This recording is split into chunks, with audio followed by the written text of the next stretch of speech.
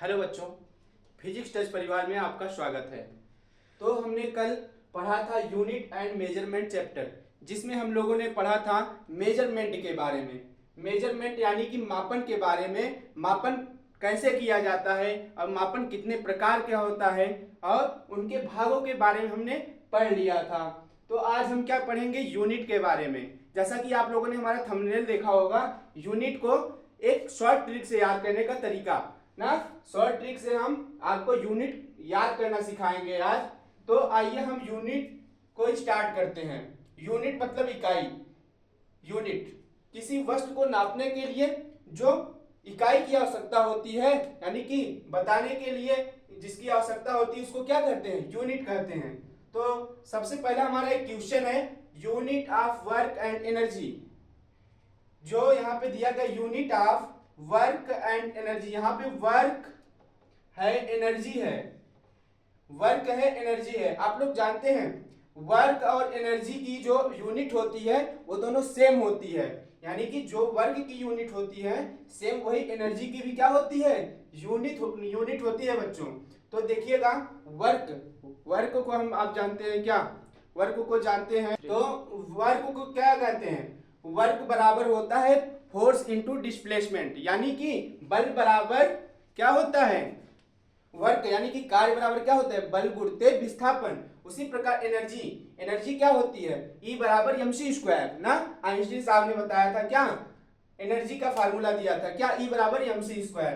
तो बल और जो ऊर्जा की जो कार्य और जो ऊर्जा का मात्रक होता है और जो उसका यूनिट होता है क्या होता है? सेम होता है। यहाँ पे देखिए क्वेश्चन दिया है, तो क्या होगा इसमें? इसको हम शॉर्ट ट्रिक से कैसे याद करेंगे वर्क और एनर्जी की यूनिट? तो क्या होगा इसमें से? वाट होगा कि हेनरी होगा, जूल होगा कि सेकंड होगा? बताइए। वर्क और एनर्जी की यूनिट बताइए, तो क्या होगा? हाँ, क्या होगा? हाँ, तो हम लोग क्या बता रहे थे? वर्क और एनर्जी की जो यूनिट होती है सेम होती है। देखिए, जैसे वर्क यानी कि कार्य बराबर होता है आपका क्या? F इंटू एस, यानी कि फोर्स इंटू डिस्प्लेसमेंट।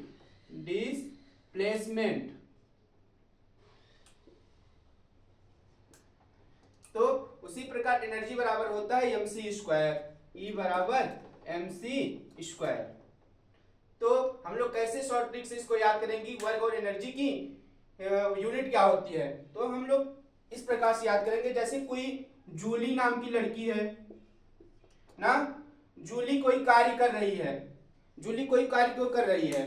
तो कार्य कर रही है तो उसको कुछ ऊर्जा की आवश्यकता है, यानी कि बल की आवश्यकता है। जूली कार्य कर रही है, ऊर्जा अपना खर्च कर रही है, तो कार्य हो रहा है। तो जूली किससे रिलेट कर रही है? कार्य से भी और ऊर्जा से भी। कार्य कर रही है तो ऊर्जा लग रही है, तो कार्य और ऊर्जा की दोनों इकाई क्या है? यूनिट क्या है? सेम होगी। और वो क्या होगी? जूल। क्या? जूल। कौन कर रहा है? जूली कर रही है। जूली से जूल, आपको याद हो गया ना कि जूली जूल। और क्या कर रही है? कार्य कर रही है। कार्य यानी कि एक चीज हो गई और एक क्या हो गई? एनर्जी। और दोनों की यूनिट क्या हो गई? जूल हो गई। तो इस आसान तरीके से आपने देखा किसकी यूनिट? आपने देखा वर्क और एनर्जी की यूनिट को आपने आसान तरीके से एक ट्रिक के माध्यम से जान लिया। तो आगे हम इसी प्रकार से दूसरा देखते हैं।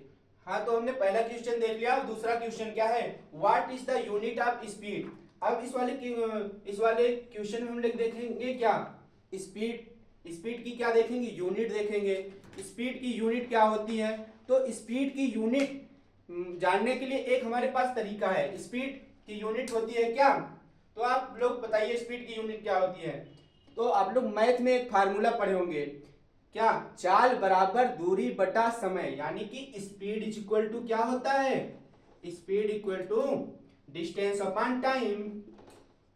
Distance upon time. चाल बराबर दूरी बटा समय, जो कि आपने मैथ में पढ़ा है क्या? चाल बराबर दूरी बटा समय।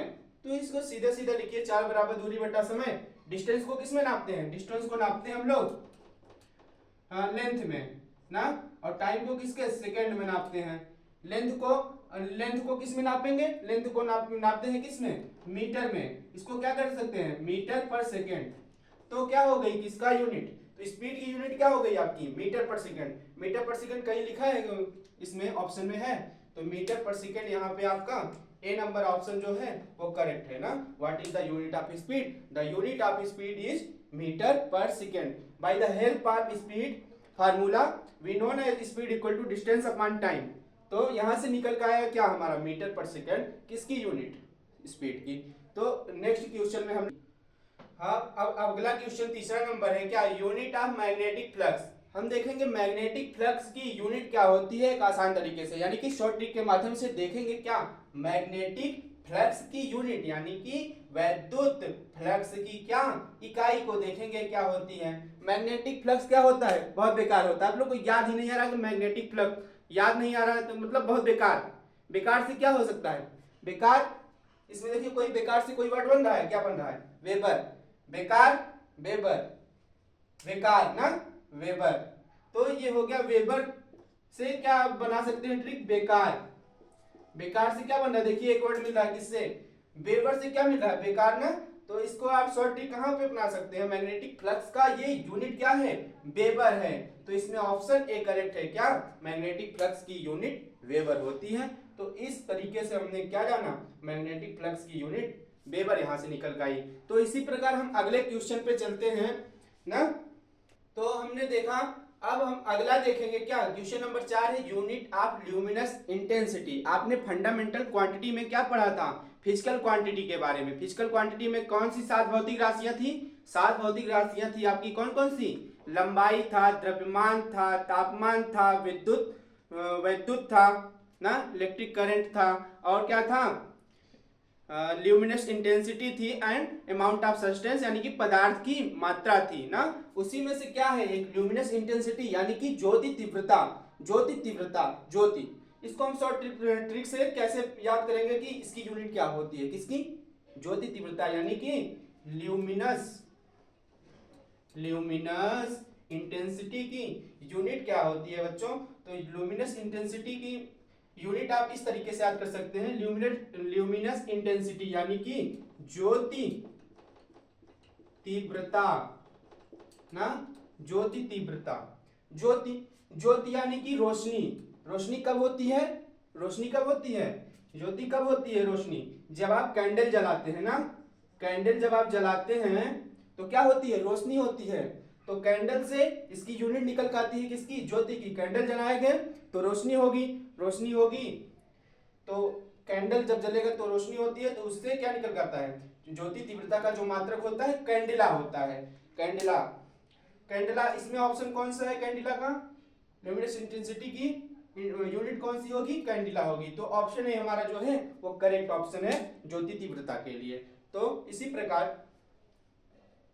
तो आइए हम देखते हैं अगला किसकी यूनिट? पोटेंशियल डिफरेंस की यूनिट को किस आसान तरीके से हम लोग याद रखेंगे।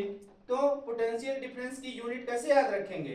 देखिए गांव या फिर कहीं भी वोटिंग होती है ना, वोट होती है तो आदमी हारता या फिर जीतता है तो किसकी मदद से? वोट की मदद से।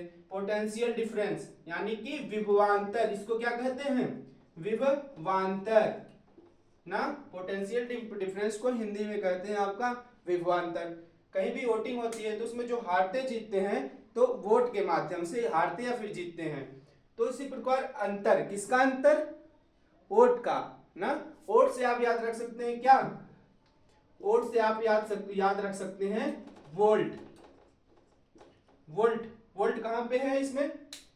वोल्ट है यहाँ पे आपका ऑप्शन ए। तो option A is the right answer.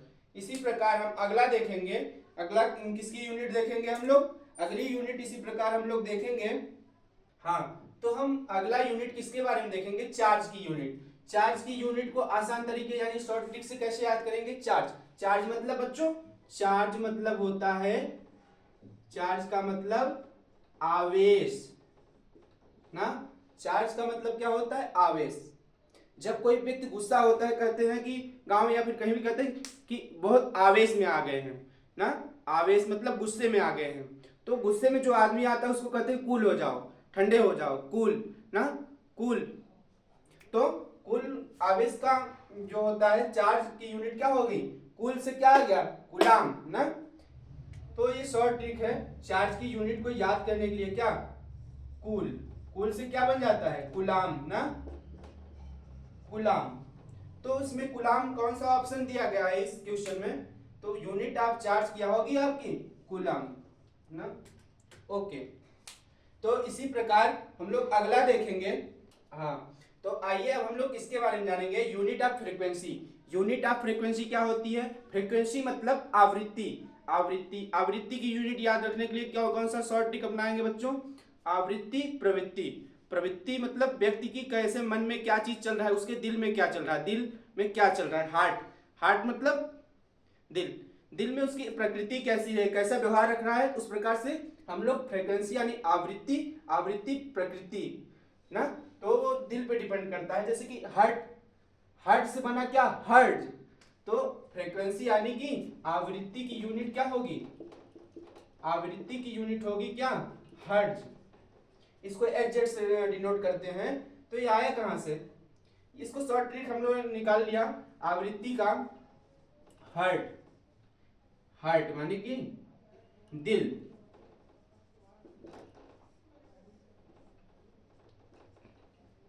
ठीक है बच्चों। तो आवृत्ति की यूनिट क्या होगी आपकी, यहाँ पे कहीं दिया है, हर्ट्ज से क्या आई, हर्ट्ज से आया हर्ट्ज, हर्ट्ज यानी कि ऑप्शन ए। तो फ्रीक्वेंसी की यूनिट हो गई आपकी आसान तरीके से ना, हर्ट्ज। तो इसी प्रकार हम और भी आगे देखेंगे। हमने फ्रीक्वेंसी की यूनिट देख लिया, फ्रीक्वेंसी की यूनिट क्या हो गई, हर्ट्ज हो गई। अब देखेंगे क्या, what is the power of lens, यानी कि लेंस की क्षमता का क्या यूनिट देखेंगे। लेंस की क्षमता की यूनिट को याद रखने का एक आसान तरीका है क्या, लेंस जो होता है, जो चश्मा लगाते हैं लोग, जो लेंस यूज होता है आंखों में, वो कौन बनाता है, डॉक्टर बनाता है। डॉक्टर से कौन बनाता है लेंस को, लेंस वाले चश्मे कौन बनाता है, डॉक्टर बनाता है ना। डॉक्टर से हम लोग क्या तरीका याद कर सकते हैं, डॉक्टर से बन जाएगा क्या, डायोप्टर, डॉक्टर से डायोप्टर।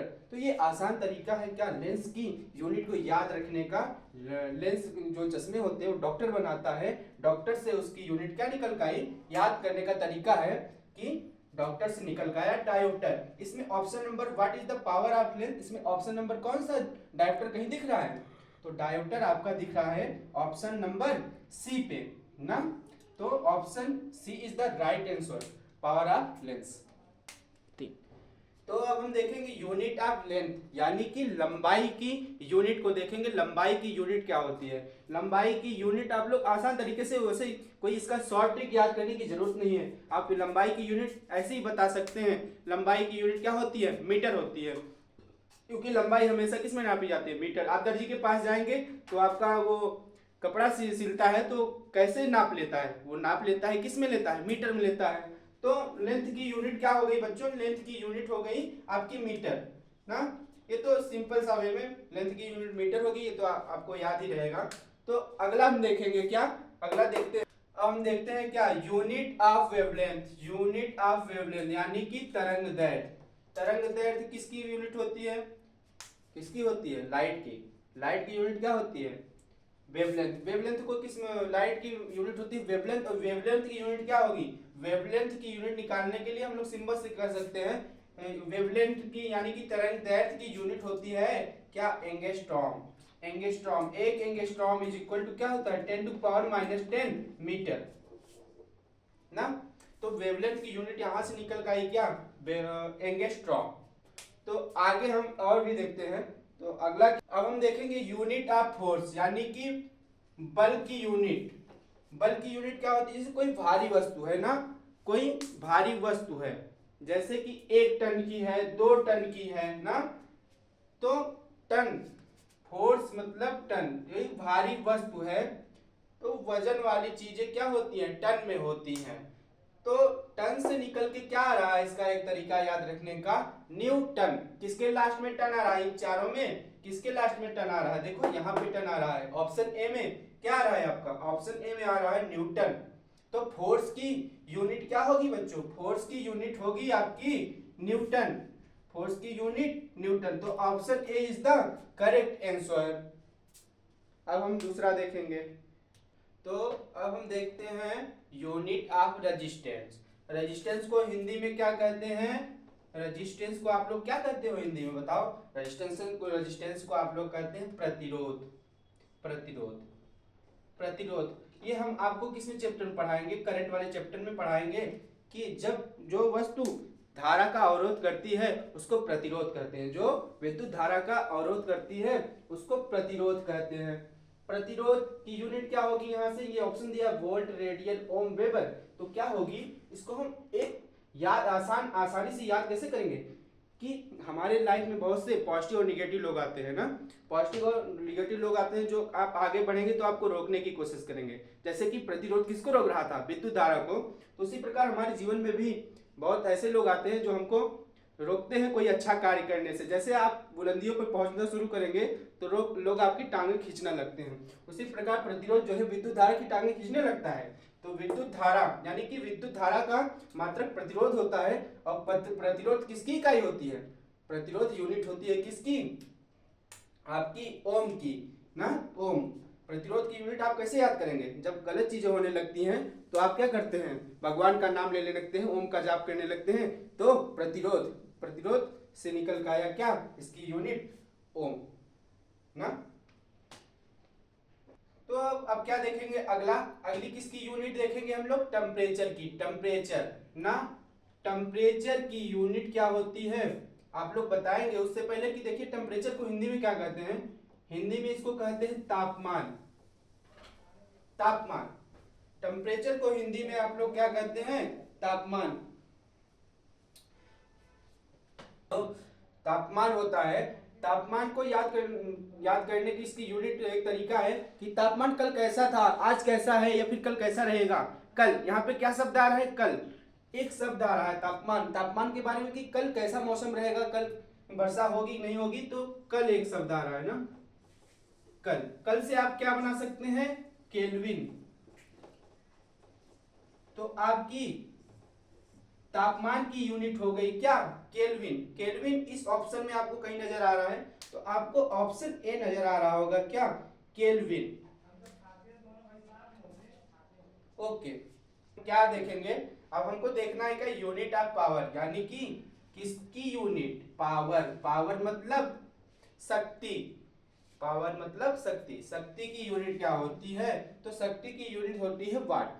आप लोग आसानी से ऐसे कर सकते हैं, याद रख सकते हैं। शक्ति की यूनिट यानी कि पावर की यूनिट क्या होती है? वाट होती है। तो ऑप्शन में आपको कहीं दिख रहा होगा वाट। ऑप्शन ए है कि बी है कि सी है कि डी है? यहाँ पे पावर की यूनिट क्या है? वाट होती है। मैंने आपको बताया पावर की यूनिट क्या होती है? पावर की यूनिट होती है क्या? वाट होती है। वाट है इसमें क्या? ऑप्शन नंबर ए जो दिया है वो सही आंसर है। तो यही होती है पावर की यूनिट आपकी। हाँ, तो अब हमारे पास हम अगला देखेंगे क्या? यूनिट ऑफ प्रेशर यानी कि दाब की हम क्या देखेंगे? यूनिट देखेंगे बच्चों। एक आसान तरीके से दाब की यूनिट हम कैसे याद रख सकते हैं? दाब की यूनिट। दाब। जब आप लोग पढ़ाई नहीं करते हो, जब आप लोग पढ़ाई नहीं करते तो माता पिता क्या कहते हैं कि आप लोग पढ़ाई करो। आपके ऊपर प्रेशर यानी कि दाब डालते हैं कि अगर आप पढ़ोगे तो कल क्या होगा? आप एक अच्छा रिजल्ट लाओगे ना, पास हो जाओगे तो एक अच्छा रिजल्ट कर पाओगे। तो इसी प्रकार दाब से क्या है? पास कब होगे? कल होगे। तो दाब की यूनिट क्या होगी? पास्कल होगी, जो कि किससे निकल कर आ रही है? आपकी पास और कल से निकल के आ रही है कि आप अगर कोई आपको दाब लगाता है कोई चीज अच्छा करने के लिए तो आपको जीवन में पास करता है और क्या करता है? कल के लिए आगे जाने के लिए प्रेरित करता है। तो इससे निकल के आया क्या? पास्कल। किसकी यूनिट होती है? प्रेशर की होती है। और हमारा दूसरा क्या है यहाँ पे? Unit of angle. एंगल मतलब कोण। एंगल का मतलब कोण। कोण। कोण की यूनिट रखने का एक तरीका क्या होता है? कोण की यूनिट पास्कल यहाँ पे कहाँ पे दिखा था? ऑप्शन बी ना। ऑप्शन बी यहाँ पे करेक्ट था, तो इसको टिक कर लीजिएगा। इस क्वेश्चन में क्या है? एंगल यानी कि कोण की यूनिट बतानी है। कोड की यूनिट बताने के लिए हम लोग एक तरीका अपनाएंगे कि आजकल रेडियो कौन सुनता है। आजकल रेडियो कौन सुनता है ना, आजकल रेडियो कौन सुनता है, कौन सुनता है आजकल रेडियो। यहां पे हो गया रेडियो कौन, यानी कि रेडियो से क्या निकल के आया, रेडियो से निकल के आया आजकल रेडियो कौन सुनता है, रेडियो से आपके निकल के आया रेडियन ना। कोड की यूनिट क्या हो गई, रेडियन। रेडियन कहां से निकल के आया, रेडियो से। रेडियो से जब निकल के आया कि आजकल रेडियो कौन सुनता है, तो कोड की यूनिट क्या हो गई, radian. Option C is the correct answer, जो कि रेडियन दिया गया है।